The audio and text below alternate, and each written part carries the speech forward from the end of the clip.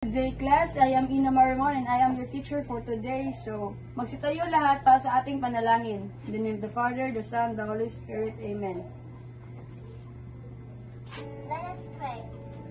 Dear Heavenly Father, thank you for this wonderful day. We thank you for the gift of life and all the blessings. We are grateful for the chance to learn and grow.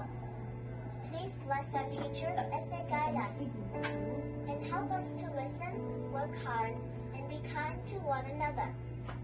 Fill our hearts with joy, our minds with knowledge, and our spirits with peace. May we use what we learn to make the world a better place. These all we pray in Jesus' name. Amen. In the name of the Father, the Son, the Holy Spirit. Amen. So, bago tayo umupo sa ating upuan, meron muna akong inihanda ditong energizer para sa inyo upang may sigla kayo sa ating klase. Okay, class, sabayan niyo ako.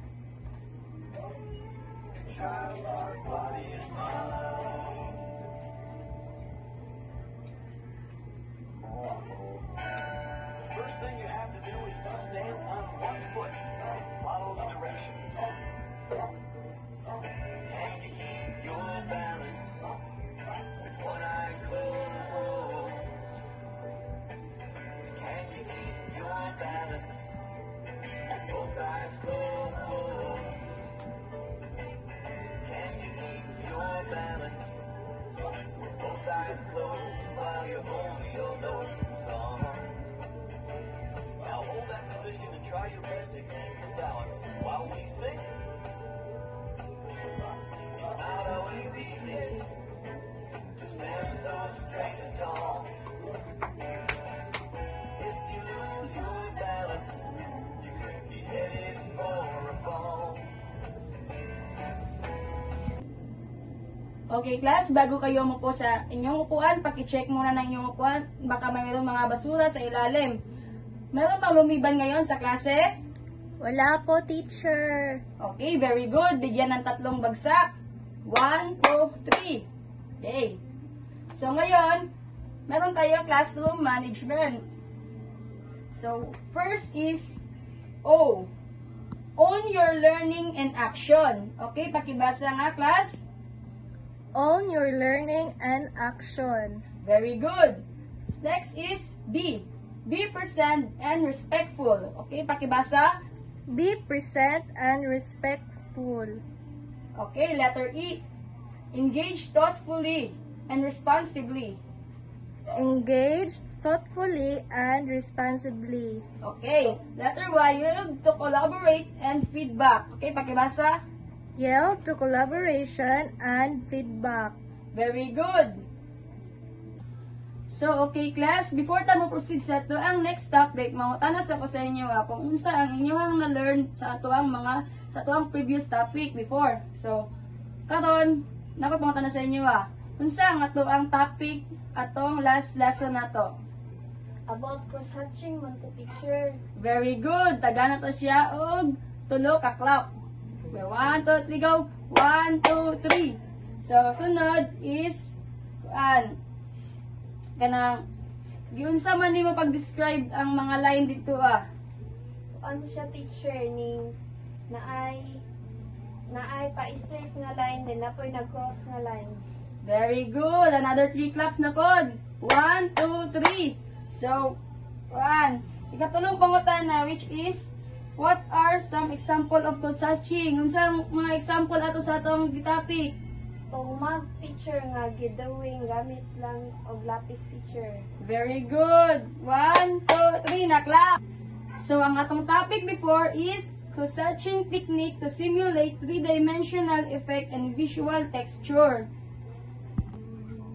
So, karon class, na ko ipakita sa inyo na picture. Dapat na i-observe ninyo kung unsa yung nakita sa akong ipakita na picture.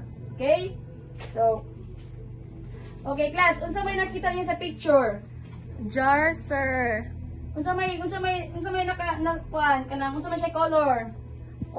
Brown, then nay black pud ang isa ka picture, sir. Unya nay white. Unsa may nasa pikas picture na kalahian nila?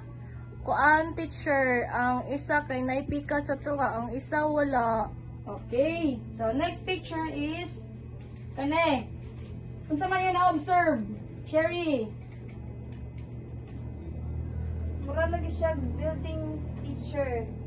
Tapos ang isa, kung sa man na-observe niyo. Mura lagi akong jar or sa vase. Oh. Good day, children! I know that you're very excited for our activity today. But before we proceed, let me introduce to you our materials. So first materials that we're going to use is the pencil. So pencil is mainly used for artistic sketching and drawing. So you know what is pencil, right? Very good. The next materials we're going to use is a bond paper.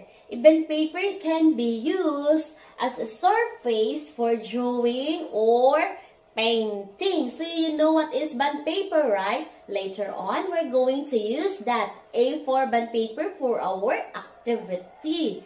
Are you excited? Yes. The third one is the eraser. So what is eraser used for? Okay. So it's primarily used to remove pencil marks from the paper. If nagkamali ka, sumobra yung drawing mo, you can use the eraser to remove them. Okay? Very good. Next materials we're going to use is the coloring material. So bring crayons today. Very good. Coloring materials are substances to change or add color to the surface. So later we're going to use that for our activity. Next materials we're going to use is a ruler. Okay, a ruler is a tool primarily used for measuring length and drawing straight lines. Okay, who bring ruler? Yes, very good. We have here don'ts and those that we have to remember while doing our activity. If you agree if it is those, use this one. And if don'ts, use this one. Okay, the first statement they are going to read is plan your design. Sketch out your idea before starting to ensure a clear direction. If it's this or this. Yes, it's this. Very good. Next one, prepare your workspace. Cover your area to protect it from spills and messes. This one. Very good. Number 3, use appropriate materials. Select the right materials to create your project. Very good. Measure accurately. Double-check measurements to ensure pieces together correctly. Very good. Take your time. Avoid rushing to ensure precision and quality in your work. Okay, very good. Now let's proceed. Mix materials inappropriately. Ensure that the materials you are compatible for addition and stability. Yes. Ignore safety precaution. Yes. Leave materials unattended. Yes. Force connection. Okay, very good. Okay, let's proceed to our discussion. Okay, what is balance? Balance refers to way lines, shapes, colors, and textures are arranged in a piece of art. So that is what we call balance. We have 2 types of balance. The first one is the symmetrical balance, known as the formal balance. So what is symmetrical balance?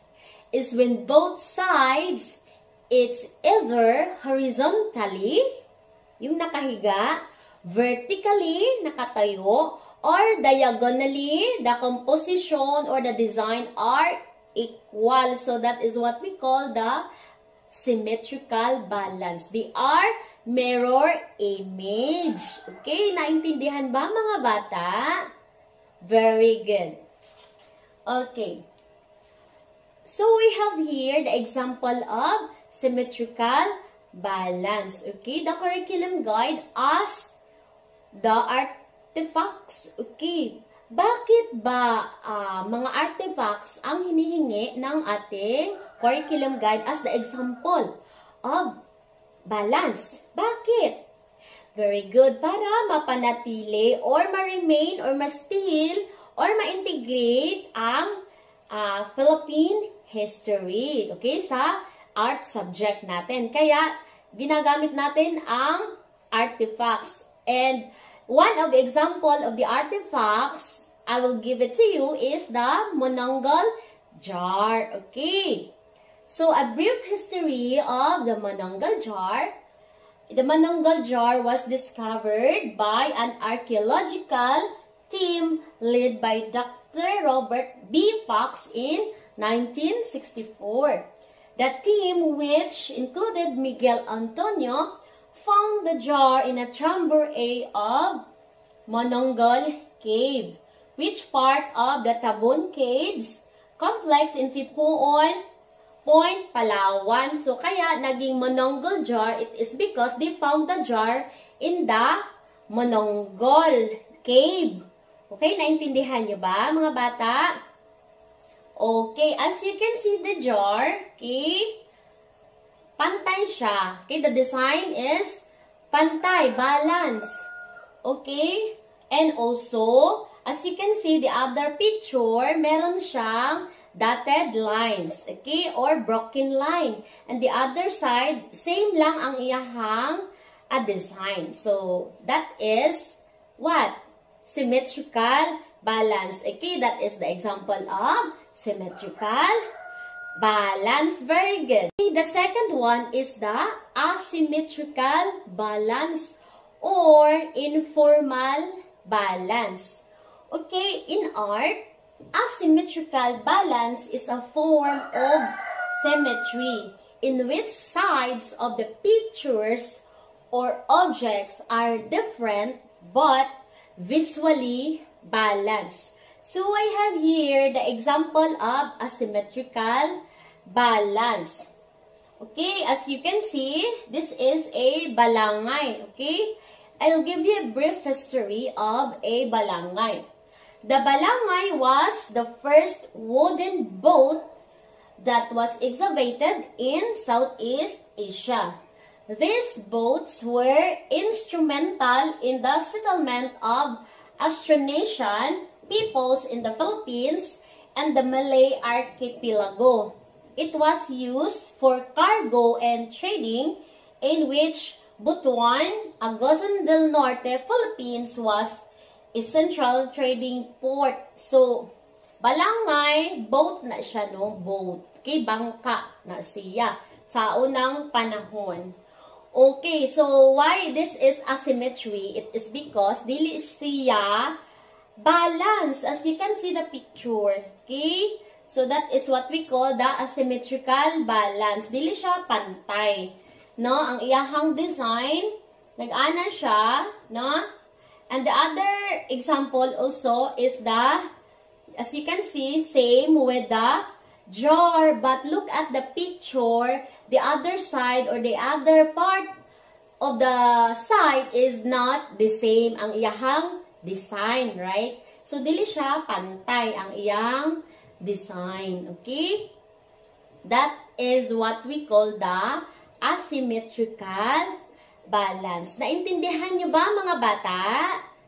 Yes, okay, very good. Okay, let's proceed to our activity. Identify each picture if it is asymmetrical balance or symmetrical balance. The first picture is what? Yes, very good. Asymmetrical balance. The second picture. Yes, symmetrical balance. Very good. The next picture. This one. Symmetrical balance. Very good. What about the other picture? This one. Asymmetrical balance. Very good. The last picture. What is this? Asymmetrical or symmetrical? Asymmetrical balance. Very good. Okay. Are you excited with our activity class? Very good. Now that you know how to identify what is symmetrical and asymmetrical balance, let's do our activity. This is what we call symmetrical jar design. Alright? So with the same group, take an A4 size of paper. Okay? First, fold a sheet of paper in half vertically. Okay? Next one, for the design, on one half of the folded paper, draw half of a jar design. This could include the outline of the jar and any decorative elements like, example, images, shapes, or patterns. Okay? For the third one, for the mirroring, unfold the paper and complete to the other half of the jar design so that it mirrors the first half. Okay?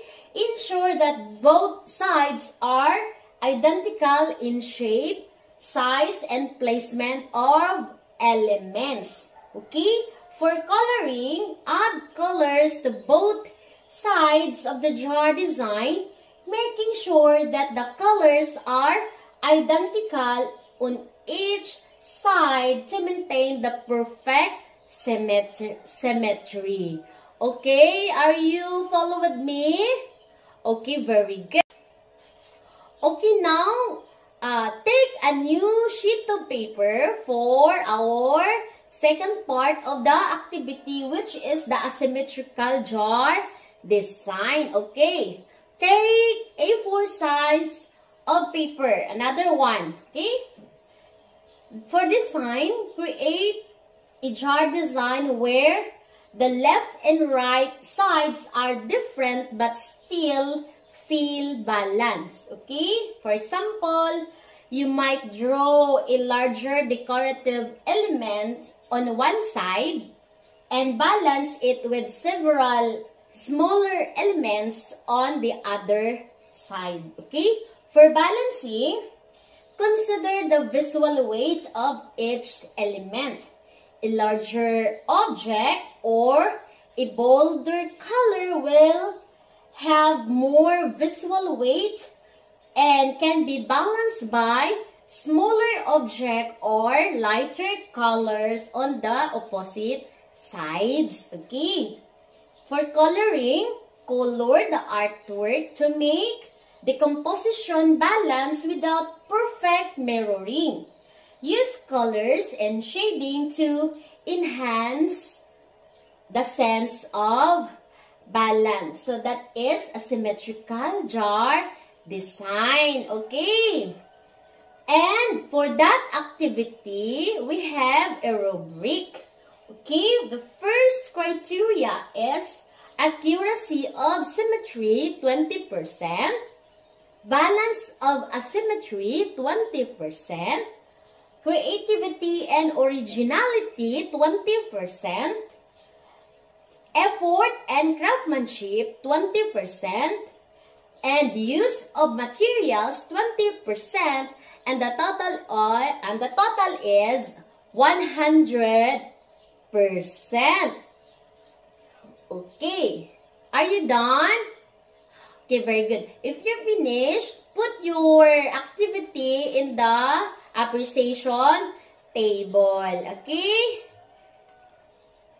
Alright, for your assignment, for the next class, photograph or draw an example of a symmetrical and symmetrical balance design that you observed either at home or outdoors, such as plants, animals, or building. Okay?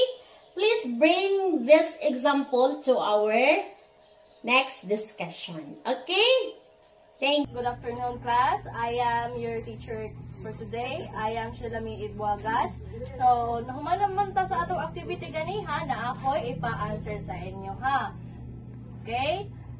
Which part of the activity do you find fulfilling? O sa man imong na-feel ganiha sa kuan ato mga activity? Pag-design sa jar, ma'am. Okay, happy jud kayo sila no, ganiha no.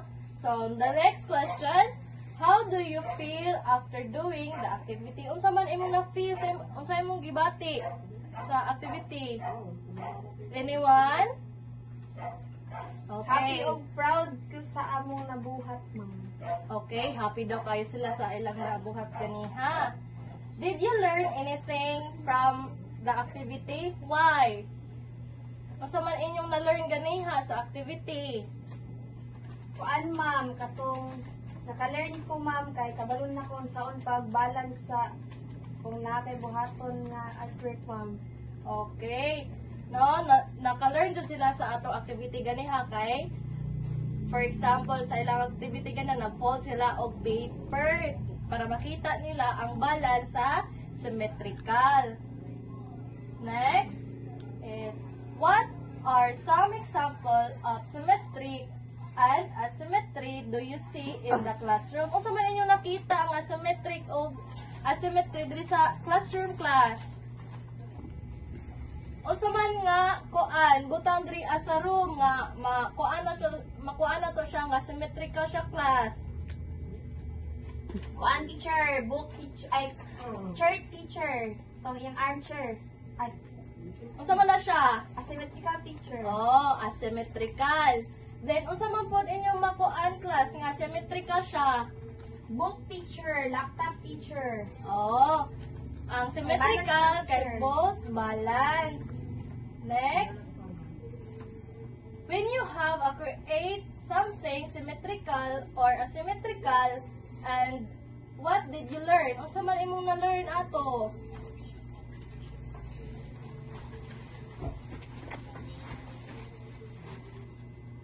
Activity na teacher, tong design jar, naka-learn ko nga mag-focus para ma-sure dyan ako nga both side kay ma-match like a mirror po. Then, ang asymmetry kay naka-learn ko to make something balance, ma'am, and even dili ka pareha ang both side niya, ma'am. Okay. The next is, how can symmetry and asymmetry express different emotion? Unsa man imong makuan? Different emotion ma-express nimo about sa symmetric and asymmetric. Anyone? Sa symmetry teacher kay same on both side, then peaceful siya tan-awon, dili gubot sa pananaw din. Okay. Ang asymmetry kay different on the side, feel like excitement teacher kay both side are different po. Bawat side niya kay may kanya-kanyang design teacher. Okay, ang symmetric kay both sides siya no, dili na siya kuan sa pananaw din. Ang asymmetric kay dili siya pareha ang side by side. Next question, kay kung naminaman mo sa ako ang topic ganiha, sa ako ang mga discussion, na ako'y mga pangutana sa inyo ha. So, what is our lesson all about? Kuan teacher, symmetry and asymmetry po. Okay. Atong lesson ganiha kay balance, symmetric, and symmetrical balance. Can you tell what are the different of symmetrical and asymmetrical? Ang symmetrical teacher is both sides are exactly the same or balanced sila, tas ang asymmetrical teacher is two sides are different po. Okay, naminaw gyud si Koan, Cherry ganiha. Okay, next question. How does balance contribute to the wholeness of an artwork? Ang teacher, ang balanced teacher is i-make me ang whole artwork look complete and finished po. Perfect kay siya teacher. Okay, next. Can you give an example of an artwork that uses symmetric to create a sense or harmony or order? kuan teacher, ang good example niya teacher is kanang drawing a castle or a face teacher. Symmetry are make feel as like everything is peaceful man teacher. Okay. The next question is, how can asymmetric be used to create visual interest or tension in an artwork? So, maka-create og excitement and interesting teacher it's because ang side is different sa teacher. Okay, next. Why is balance important in art, and what are some way artists achieve it? Balance is important siya teacher it's because it makes the art looks tall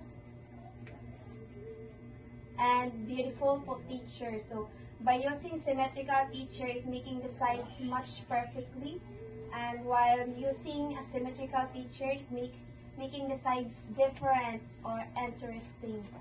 Okay, very good. Naminaw jud mo sa topic ni teacher ganihan, no? So diri sa assessment tapunta. Kung nakoy mga kuan diri gibuhat, activity.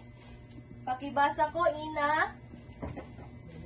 Visual analysis. Symmetry. If you draw a line down the middle, one side is a mirror image of the other.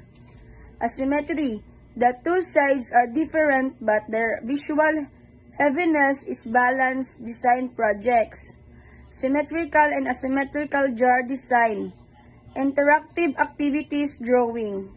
So, That's no, sa design project, kay magkuan mo, symmetrical and asymmetrical jar design para sa tong activity gani ha.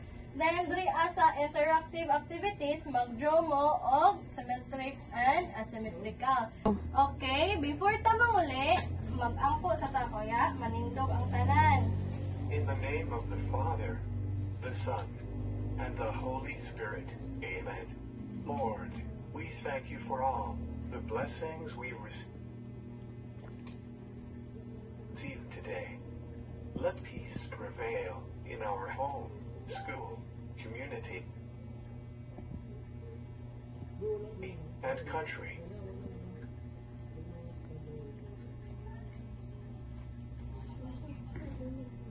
Amen.